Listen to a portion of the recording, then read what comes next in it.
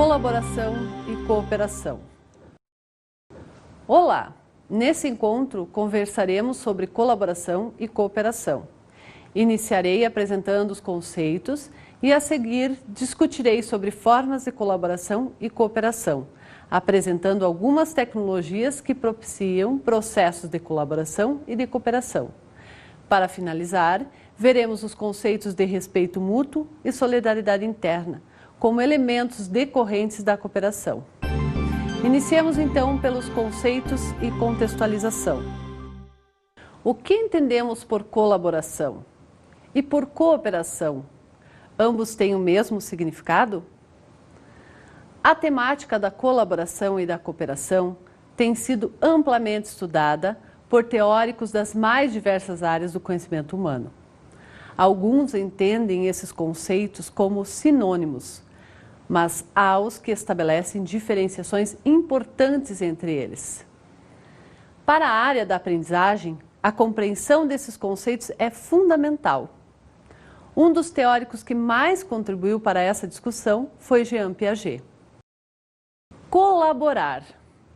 Laborar significa trabalhar.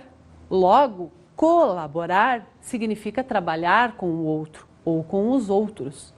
Um exemplo muito comum de colaboração ocorre muitas vezes quando, em função de alguma competência específica que temos, auxiliamos alguém ou um grupo no desenvolvimento de uma atividade.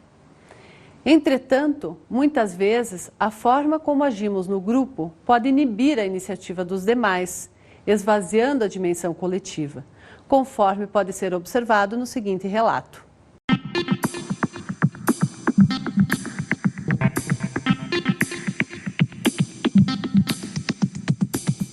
Na tentativa de ajudar a articular o trabalho, percebi que fui feita de chefe do mundo, como se eu mandasse no Alcinos.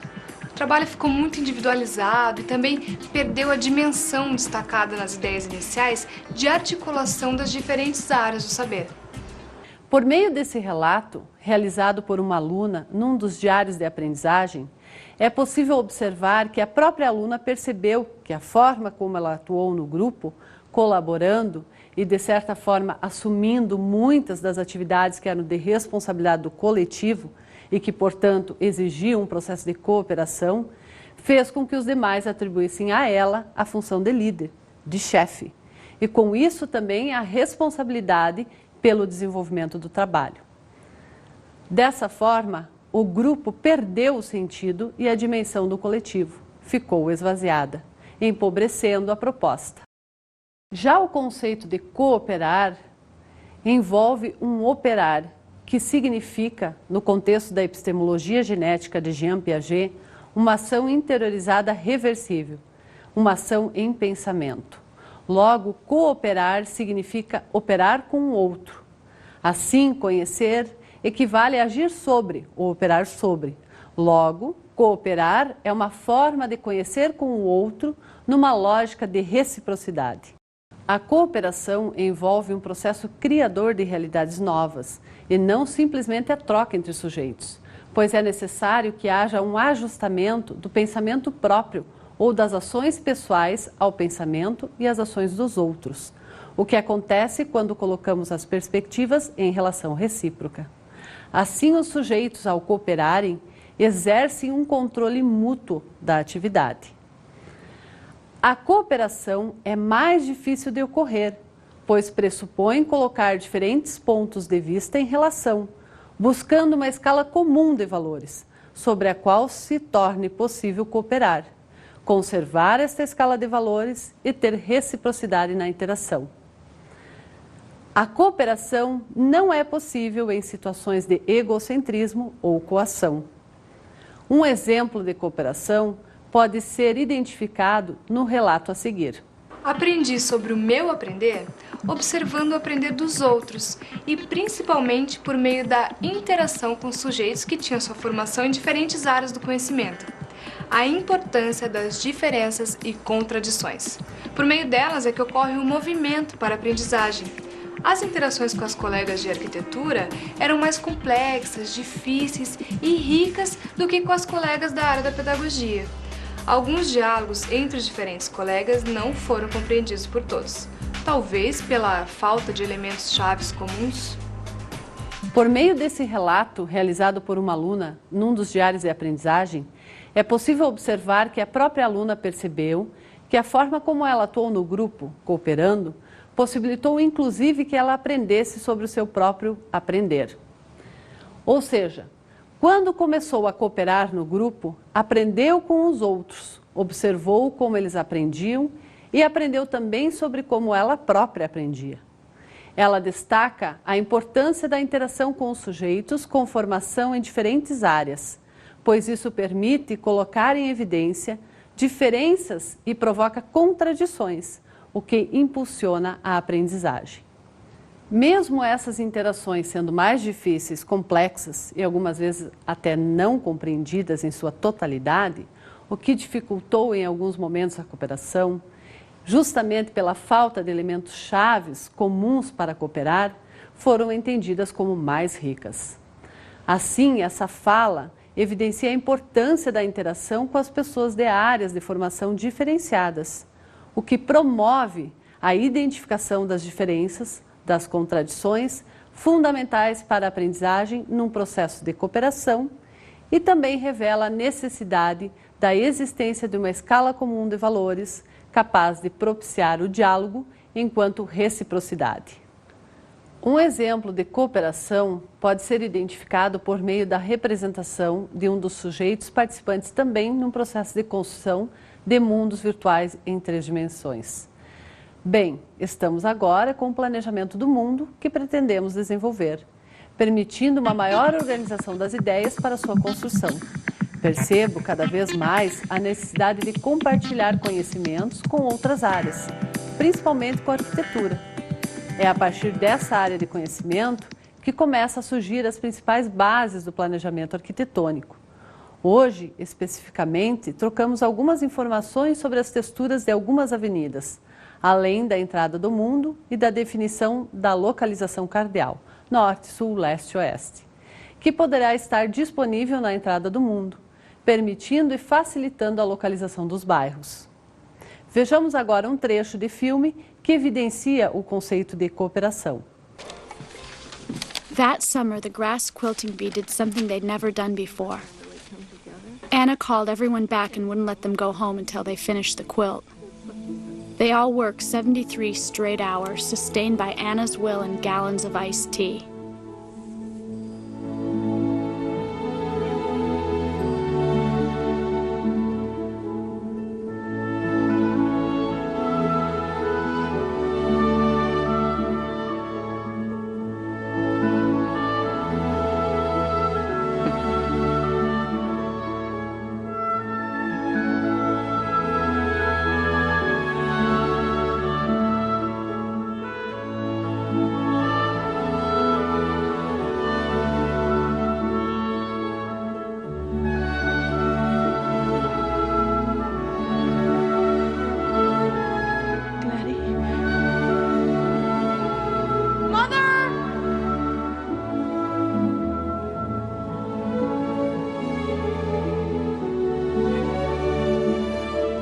Good work.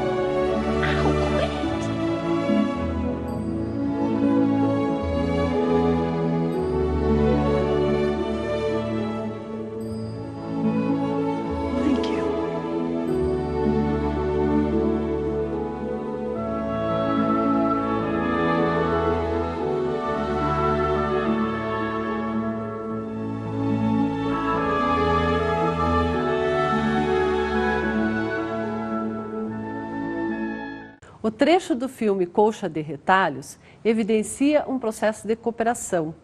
A partir de suas diferenças individuais, esse grupo de mulheres, tendo um objetivo comum, concretiza-o no desenvolvimento da colcha de retalhos. Passaremos agora a discutir as formas de colaboração e cooperação e o trabalho em grupo. O trabalho em grupo se constitui enquanto prática essencialmente ativa.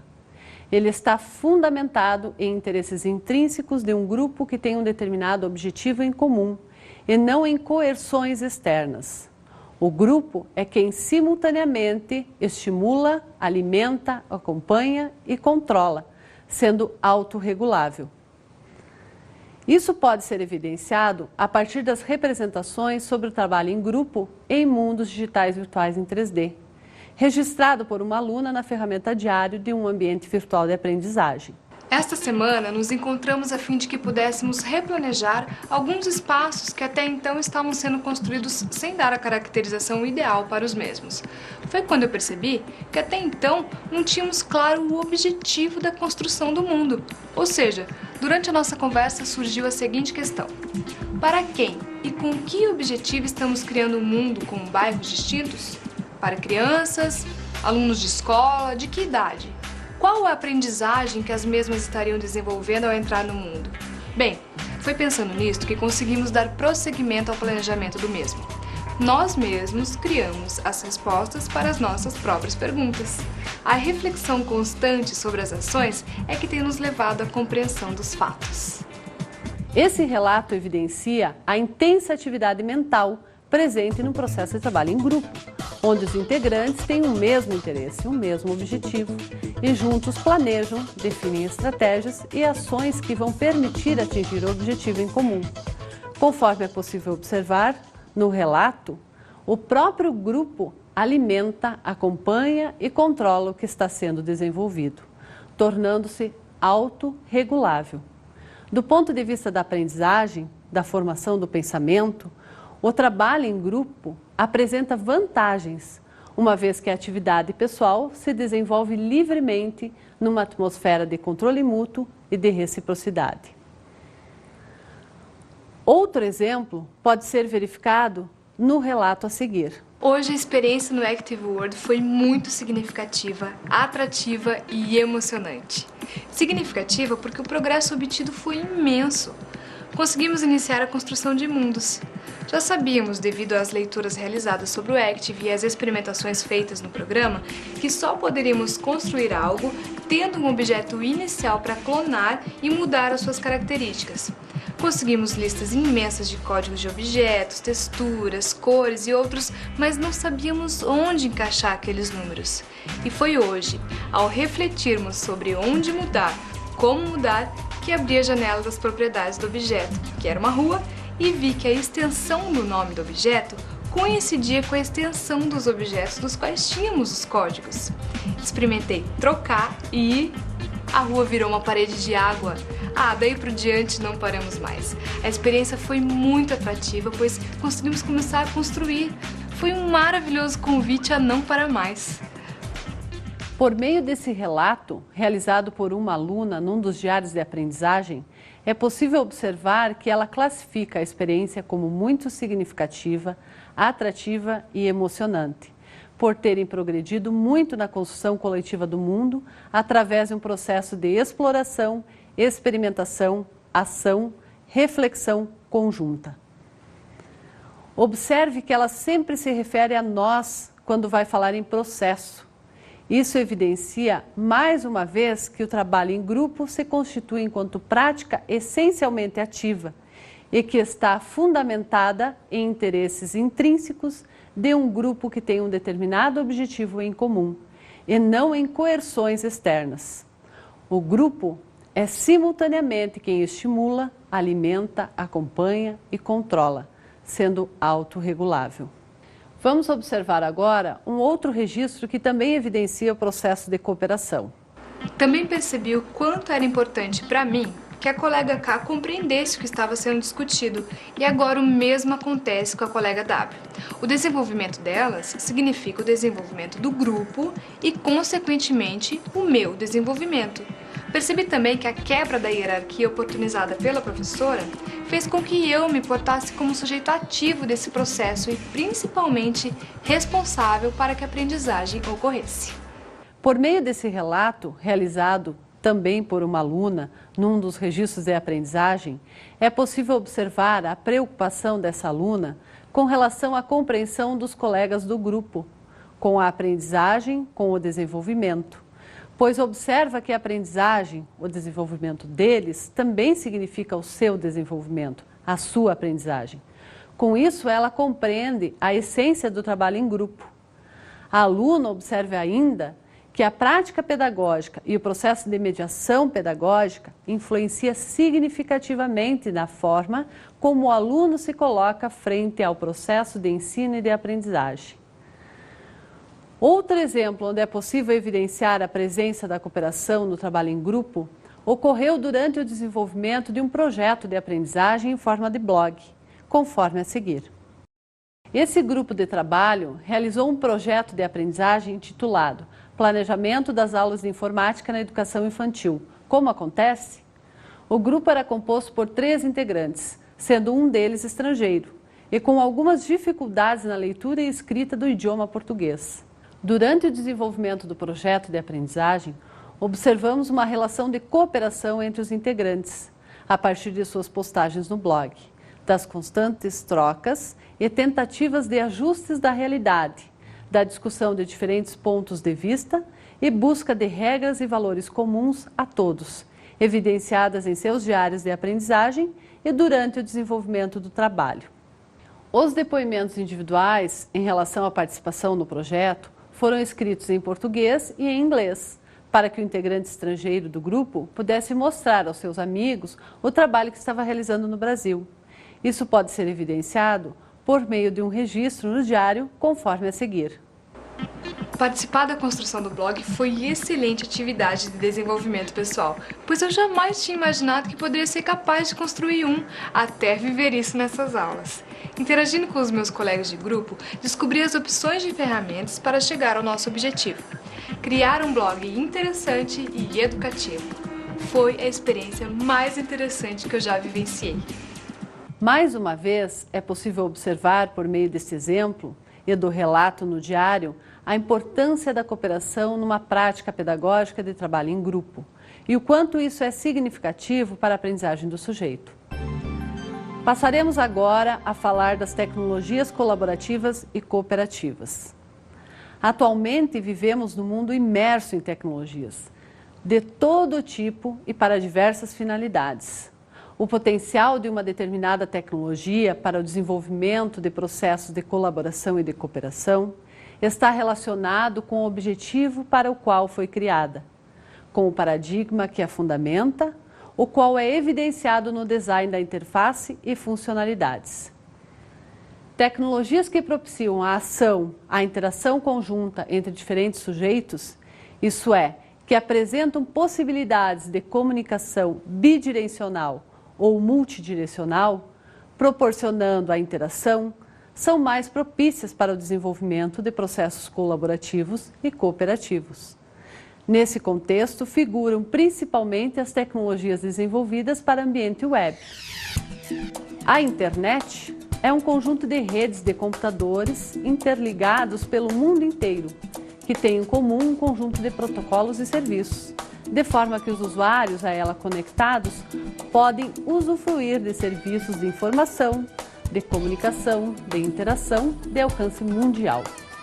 A internet é, então, uma rede de muitas redes de computadores. A lógica subjacente à internet é uma lógica de colaboração, de cooperação em rede.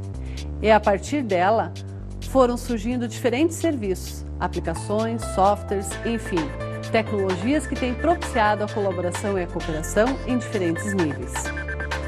Entre as possibilidades mais comuns da internet, é possível citar o e-mail, por exemplo, que possibilita a troca de mensagens de forma assíncrona entre os usuários. Também podemos falar da lista de discussão, que associa um endereço de e-mail a várias caixas postais, lista de usuários, de forma que todas as mensagens enviadas a esse endereço são recebidas por todos os usuários inscritos na lista. O chat, que permite a comunicação e a interação síncrona entre várias pessoas do mundo todo. A World Wide Web, a também conhecida WWW, que são sistemas de páginas interligadas disponíveis na internet. Desde os primórdios da sua criação, ainda na década de 1970, a web vem evoluindo a passos largos. Primeiro surgiu a Web 1.0, depois a Web 2.0 e agora surgem a Web 3.0 e a Web 3D. A Web 1.0, ou simplesmente Web, considerada a primeira onda da internet, é compreendida como a fase de implantação e popularização da rede em si. Assim, a web, durante muitos anos, foi considerada somente como um meio de difusão da informação e de comercialização de serviços, cuja preocupação principal das empresas consistia em disponibilizar conteúdos, cabendo aos usuários acessar e consumir essa informação. Com o passar dos anos, a web foi crescendo e se transformando. E mais especificamente, em 2004, o termo Web 2.0 foi utilizado pela primeira vez durante uma conferência por Tim Ohio, da Ohio Media. A Web 2.0, considerada a segunda onda da internet, não é uma nova tecnologia, mas sim uma atitude. Uma nova forma de perceber a web enquanto plataforma potencializadora da interação, da colaboração e da cooperação entre seus usuários.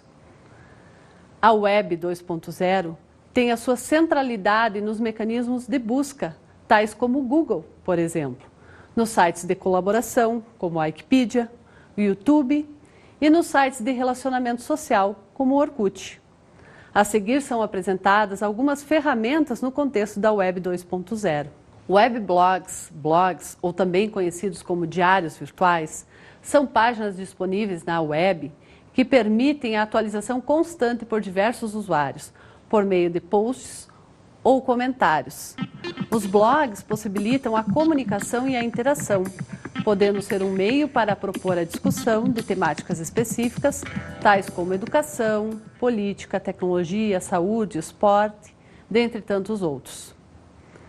Fotolog, ou também conhecidos como flogs, seguem a mesma lógica dos blogs, porém relacionada à publicação de imagens, fotos. Wiki. Wiki tem origem na palavra havaiana wiki, super rápido. Consiste num conjunto de páginas disponíveis na web que podem ser editadas de forma colaborativa por diversos usuários simultaneamente. Podemos falar ainda das comunidades virtuais de aprendizagem e de relacionamento, que se constituem no ciberespaço e se caracterizam por serem formações espontâneas, a partir de interesses comuns. As regras e padrões em uma comunidade virtual se estabelecem no viver e no conviver dos seus integrantes. Podemos falar ainda no contexto da Web 2.0 nos comunicadores instantâneos, que se caracterizam pela comunicação e interação síncrona. Atualmente, a comunicação por voz e imagem em tempo real também é viabilizada por meio de programas tais como Skype, Gtalk, dentre outros. Nesse contexto, não podemos esquecer dos ambientes virtuais de aprendizagem, que são plataformas utilizadas com o objetivo de promover processos de ensino e de aprendizagem e propiciar o seu gerenciamento. Uma comparação entre o Web 1.0 e o Web 2.0 pode ser observada nas figuras a seguir.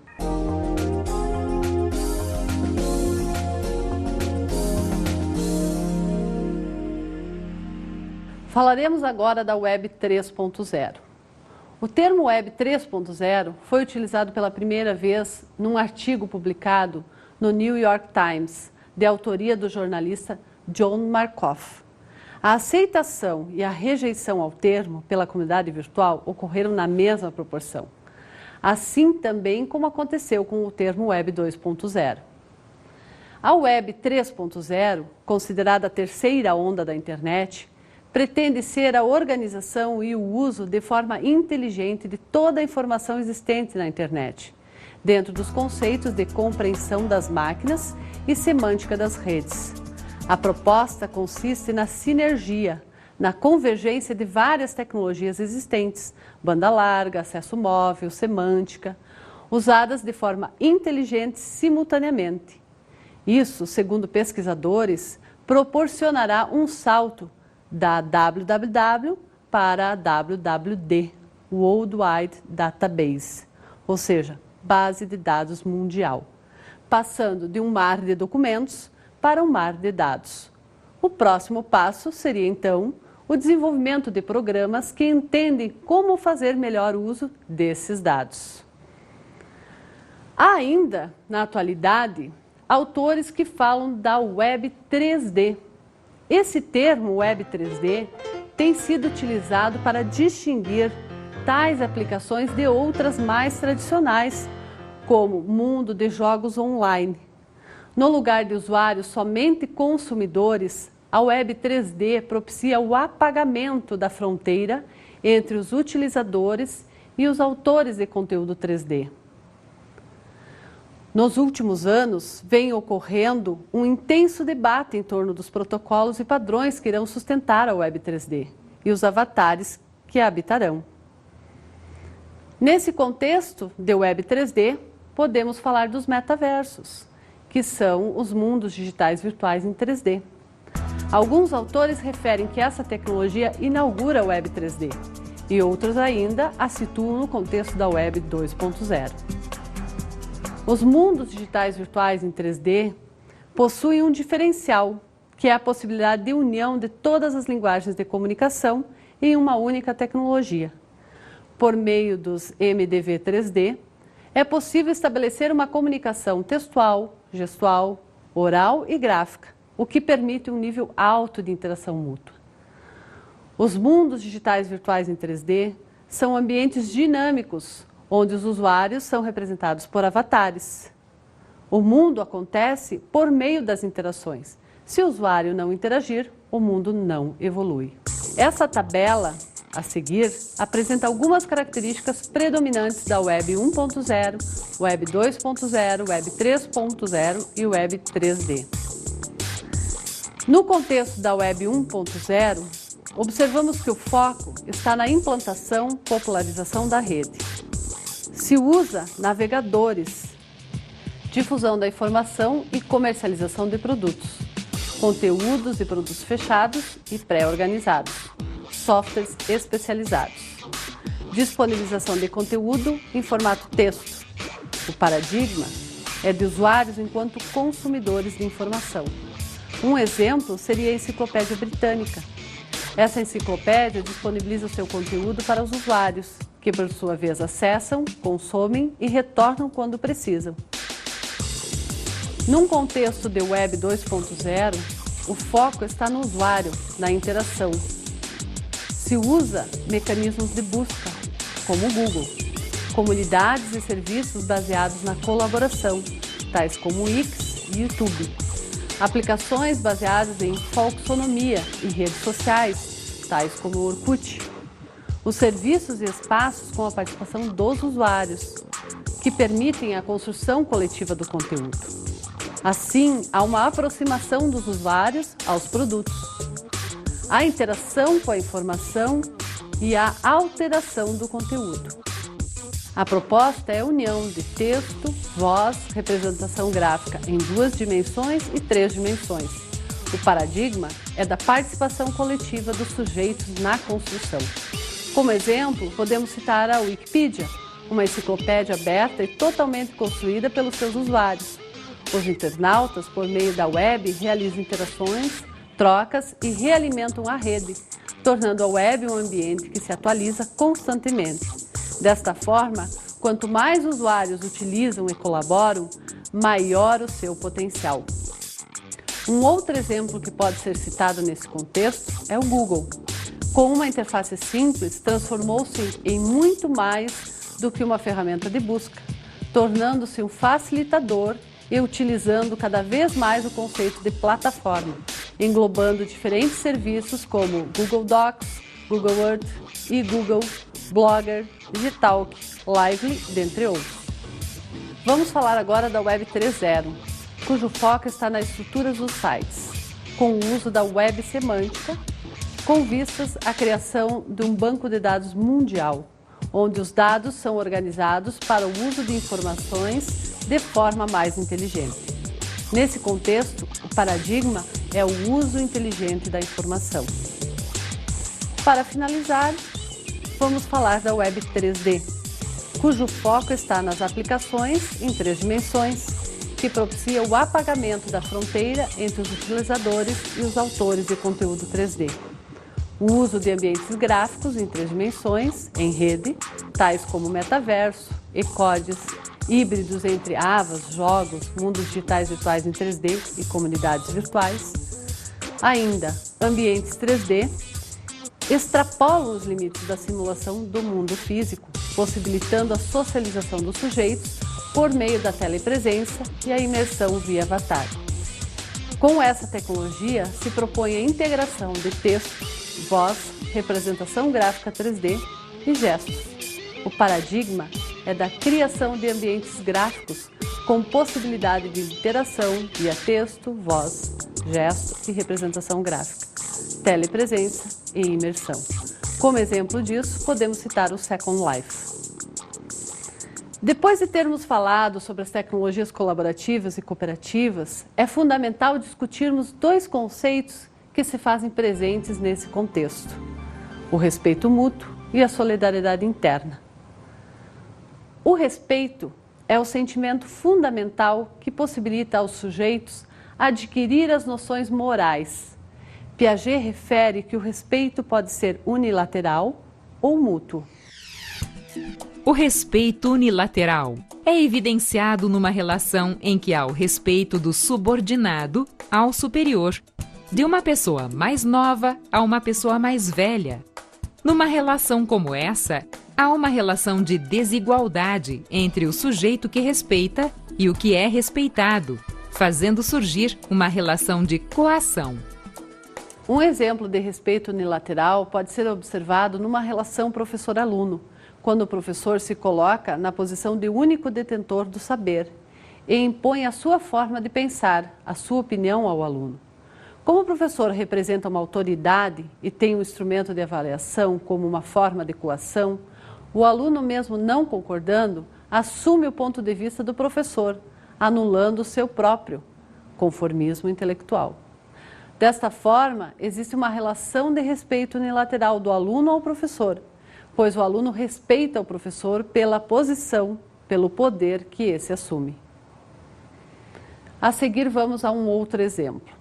A maquete do projeto de vocês deverá ser construída de isopor e madeira, pois assim é a melhor forma. O respeito unilateral leva ao conformismo intelectual, e isso acontece quando o sujeito se submete por vontade própria à escala de valor do outro. Isso faz com que ele não tome decisões por conta própria, mas sim sempre peça permissão para realizar uma ação. Esse tipo de respeito inibe a autonomia e a autoria do sujeito. Um exemplo seria o aluno que chega ao professor com a seguinte pergunta: professor, como você quer que eu realize a pesquisa? Passaremos agora a discutir sobre o que Piaget fala sobre respeito mútuo. O respeito mútuo consiste numa relação onde os sujeitos se consideram iguais e se respeitam reciprocamente. Nesse tipo de relação de respeito, se efetiva a cooperação e, portanto, não há espaço para a coação. O respeito mútuo é condição para a autonomia e a autoria dos sujeitos. Podemos observar o respeito mútuo em uma relação entre professores e alunos, onde o professor assume a função de problematizador, de instigador, de orientador, respeitando o conhecimento e o ponto de vista dos alunos e se colocando na posição de alguém que também aprende. Assim, os alunos se sentem valorizados na sua forma de pensar e no conhecimento que possuem, adquirem confiança no professor e se reconhecem enquanto sujeitos do seu processo de aprendizagem, tomando para si a responsabilidade, expondo seus pontos de vista, dúvidas e questionamentos.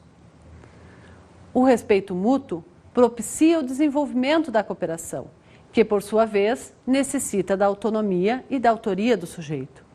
Assim, o aluno, ao se sentir valorizado como alguém que detém certo conhecimento e que, portanto, pode contribuir para o crescimento do grupo, coloca o seu conhecimento em relação com o conhecimento dos demais sujeitos, buscando articulações, refletindo sobre suas necessidades em termos de novos conhecimentos e definindo estratégias para obtê-los. Dessa forma, a autonomia se manifesta e convoca o sujeito a ser autor do seu processo, conforme o contexto a seguir. Professor, estamos realizando a pesquisa no Google, mas também iremos realizar entrevistas com os moradores do nosso bairro. O que você acha? Tem algo a sugerir? Nesse contexto, o professor, então, dá algumas sugestões aos alunos de forma a ampliar as potencialidades inicialmente identificadas por eles. Um outro exemplo, retornando à questão da maquete, seria a seguinte. O professor diria: pessoal, existem diferentes formas de construir uma maquete. Pode ser com material reciclado, papelão, isopor, madeira, etc. Faça da forma que melhor se adequar aos seus projetos e escolha os materiais que vocês tiverem mais disponibilidade de encontrar. Lembre-se de compartilhar seus projetos com os demais grupos, para que possam surgir novas ideias. Eu estarei acompanhando e auxiliando cada um de vocês.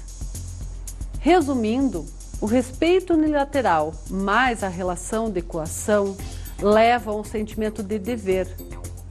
O respeito mútuo mais a relação de cooperação levam a um sentimento do bem, que é o ideal da reciprocidade. Para uma maior compreensão desses fatos, é preciso entender o que é uma regra. Uma regra é um fato social que presume uma relação entre pelo menos dois indivíduos. Esse fato social repousa sobre um sentimento que une esses indivíduos uns aos outros, que é o sentimento de respeito. Existe regra quando a vontade de um indivíduo é respeitada pelos outros ou quando a vontade comum é respeitada por todos. Numa relação de respeito unilateral, temos uma regra exterior, ou heterônoma. Numa relação de respeito mútuo, temos uma regra interior, que propicia uma real transformação do comportamento espontâneo. Num processo educacional, as metodologias que propiciam procedimentos ativos de self-government e de trabalho coletivo são as mais adequadas para cultivar o espírito de solidariedade intelectual e moral. A solidariedade não reside na participação comum numa realidade transcendente, mas na vontade comum de respeitar as decisões tomadas. A partir daí, a regra se apresenta não mais como uma realidade que se impõe de fora, mas como uma disciplina autônoma. Para Piaget, existem dois tipos de solidariedade: a solidariedade externa e a solidariedade interna. Solidariedade externa. Os indivíduos são solidários entre si por obedecerem a uma regra exterior que é absoluta e intangível. A unidade do grupo se mantém devido a uma mesma obediência e não na decisão comum que resulta de uma vontade de se entender e de cooperar. Observamos solidariedade externa em uma situação de trabalho em grupo onde um dos integrantes se intitula o líder do grupo e passa a tomar as decisões pelos outros, que as aceitam mesmo não achando correto, pois esse líder é considerado inteligente e costuma tirar boas notas. Os integrantes estão vivendo uma situação de conformismo intelectual, agindo conforme as regras estabelecidas por apenas uma pessoa, em uma relação de desigualdade, pois, por acharem que sabem menos, evitam contrariar as decisões do líder. Solidariedade interna. Os indivíduos, sem estarem submetidos a uma regra sagrada e transcendente, elaboram, eles mesmos, leis que, portanto, lhes são internas e que estão sujeitas à revisão e a reajustes contínuos. Observamos a solidariedade interna em um jogo de RPG, por exemplo.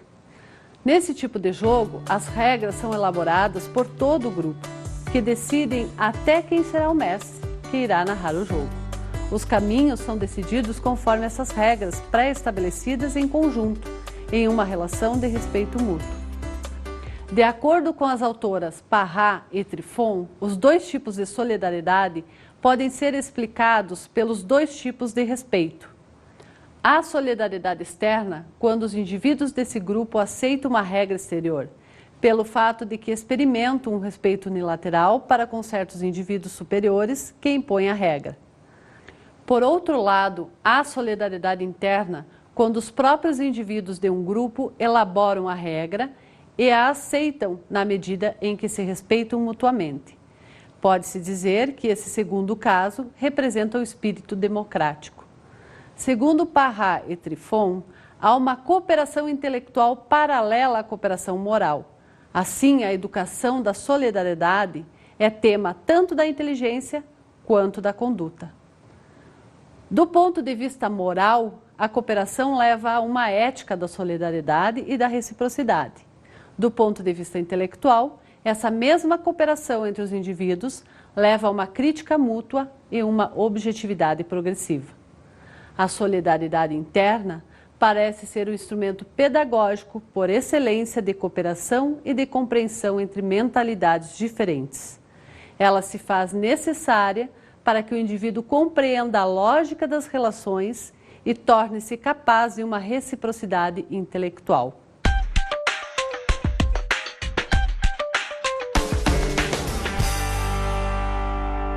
No contexto do nosso encontro de hoje, podemos refletir: quais são as pessoas com quem realmente cooperamos? O que acontece quando saímos do nosso meio intelectual, quando encontramos outras mentalidades, hábitos e pensamentos diferentes dos que possuímos, ou seja, quando temos que revisitar nossas certezas?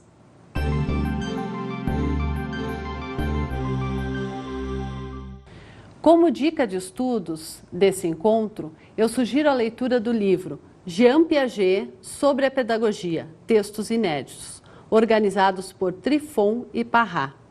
Nesse livro, vocês vão encontrar mais informações sobre as temáticas desenvolvidas nesse encontro. Bons estudos!